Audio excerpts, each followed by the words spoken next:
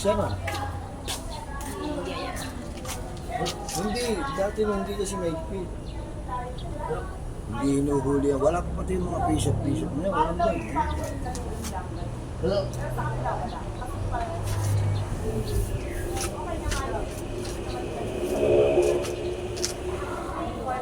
Ay, di pa na nakagip sa kanila ni Dad.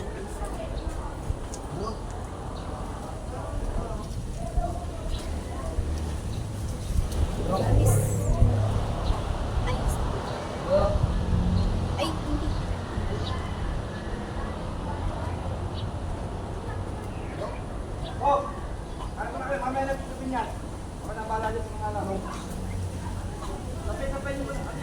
Lagi talaga may sasakyan.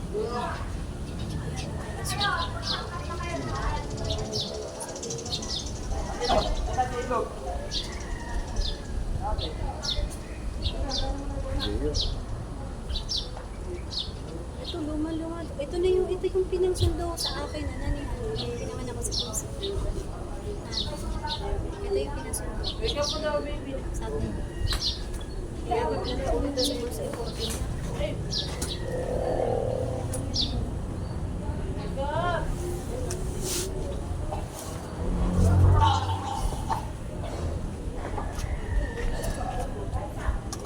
Sabi ko, oh, pwede pa nga kami punta dyan. Nakalib ako. Andito pala sila. Ay, magpipicture na kami ng natingan ha.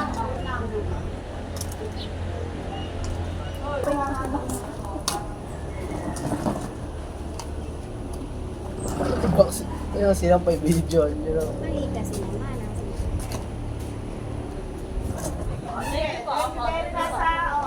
Message ka lang po. Okay na yan, ano na. Oo, may message na lang ako sa'yo.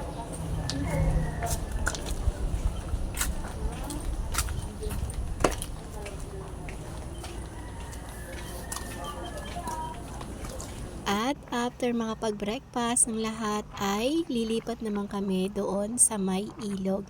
Ang ganda ng ilog dito guys kasi yung tubig ay nanggagaling sa bundok ng Banahaw. Sobrang linaw na daanan na namin to kahapon. Napakalinaw at talagang dinadayo ng mga turista. Wala nga palang entrance fee dito sa pupuntahan namin. Pero yung cottage may bayad na 300 pesos. Dala na nga rin pala namin lahat ng mga gamit dahil hindi na kami babalik doon sa hinar na event hall kahapon hanggang kaninang umaga. Kaya ayan, pagkatapos namin dito sa ilog mag-swimming mamaya ay diretso na rin kami uuwi. Kanya-kanyang uwi na guys. Sobrang init nga pala ng panahon ngayon kaya talagang perfect mag-swimming. Naalala ko 2004 pa nung una akong makarating sa lugar na to. Bago pa lang kami ni Mister. Yun yung panahon na bagong kasal lang kami. Tapos ipinapakilala niya ako sa mga kamag-anak nila. At after 21 years nga, eto at nakabalik na ulit ako dito. Ang pinagkaiba lang ngayon, mas maraming bahay compare nung unang punta ko dito. Pero alam nyo, maginhawa pa rin yung klima dito compare doon sa lugar namin, doon sa aming bahay. Kasi dito, napakadaming puno. Ang talo siya nagkarla.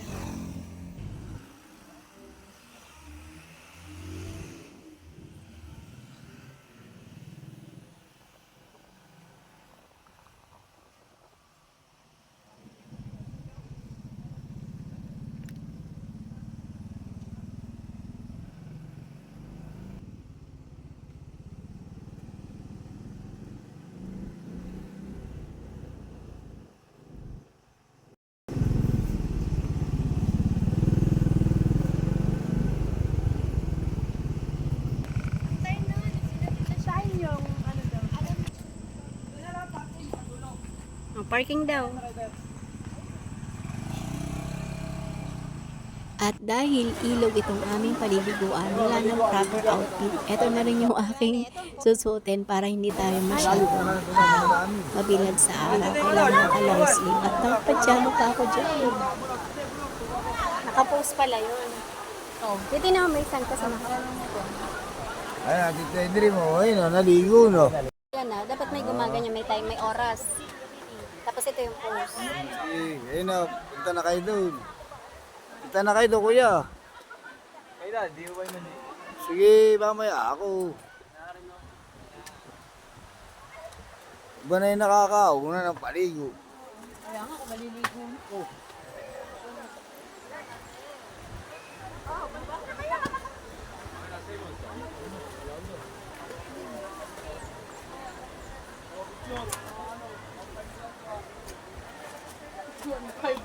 Mas mahal ka pa sa photographer.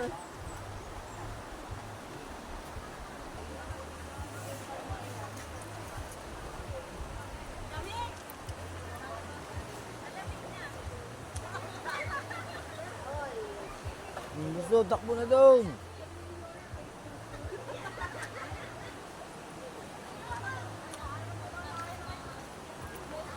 Minsan lang si Mami makawala eh.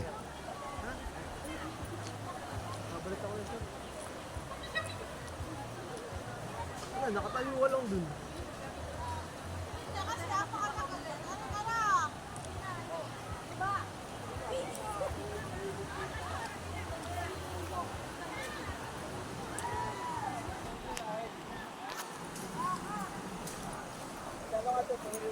Paano tumapasik labi na?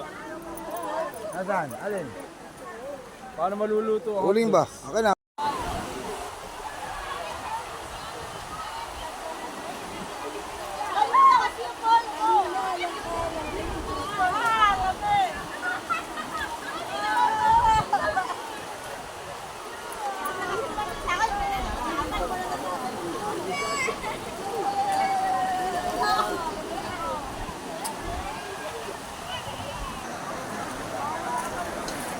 Wala ko ba uling?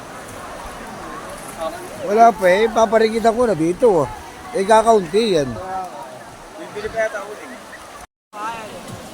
Assorted. Mali, sorry. Mali, jumbo tsaka tista. Makakapwede sa'yo. Sa'yo ka pa ng bao doon. Paano rin ikaw? Bakit hindi ka punta ng bao? Bakit hindi ka? Yung may bao doon.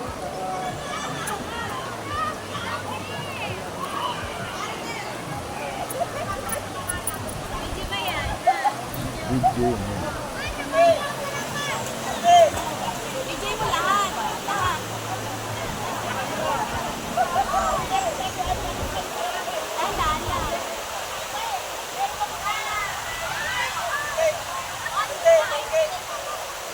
Ano yun na?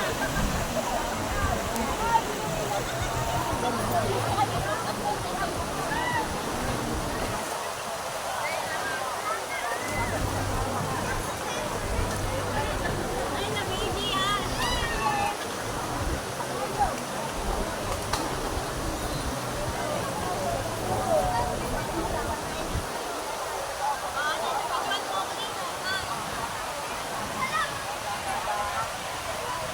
Saan?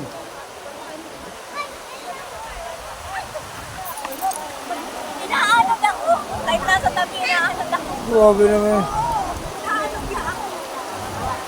Ano, dali. Ay, ikaw, takot na dali.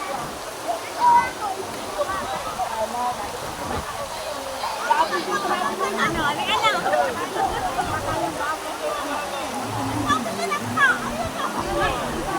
Ang anak ko, ayun na. Gusto ko ito.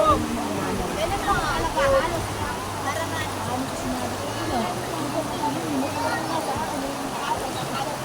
Para Si Perdi.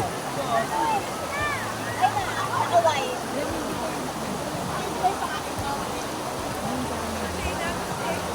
Hindi ka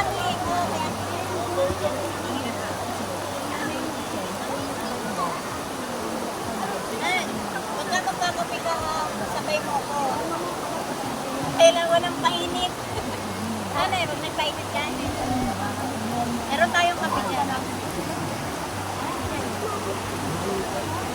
Okay na yan.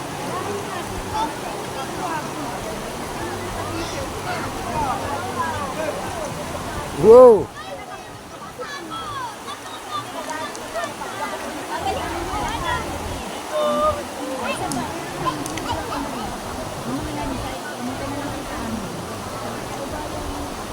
Ay,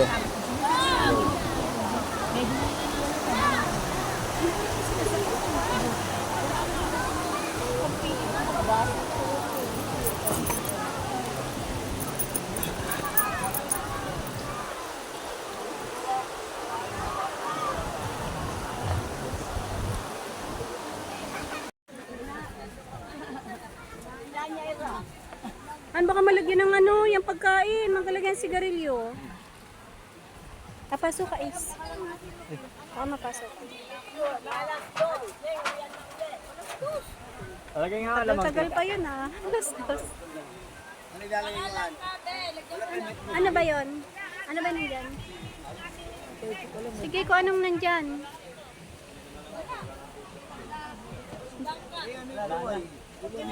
Minudong gulay. Ah, wag na, may ano. Wag na, may adobo pa nga pala ako sa baba. Kaya nga eh.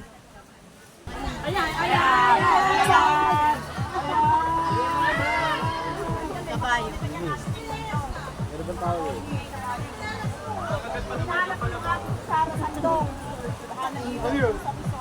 Oh, nasa... Okay na pa. Wala. Sa bahay. Ni. Yung ano, yung serving spoon na pansanto ng kanin at saka stainless. Dalawa yun. Mga kanyang companion. Si Sam, tingnan mo si Sam, tingnan mo. Sam! Sam! Ayaw nga. Kaya nga tumalikod eh. Sam!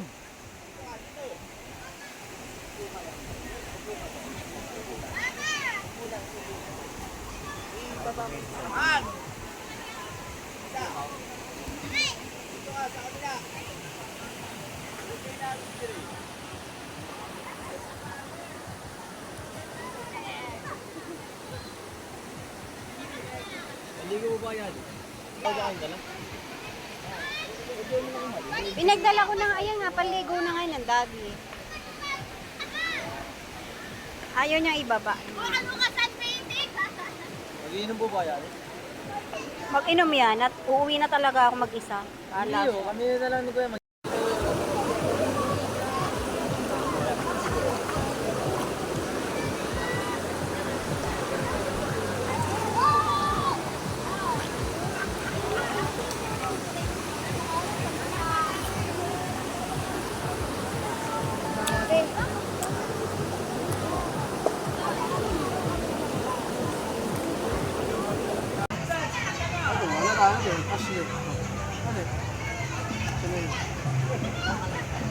Ang daddy.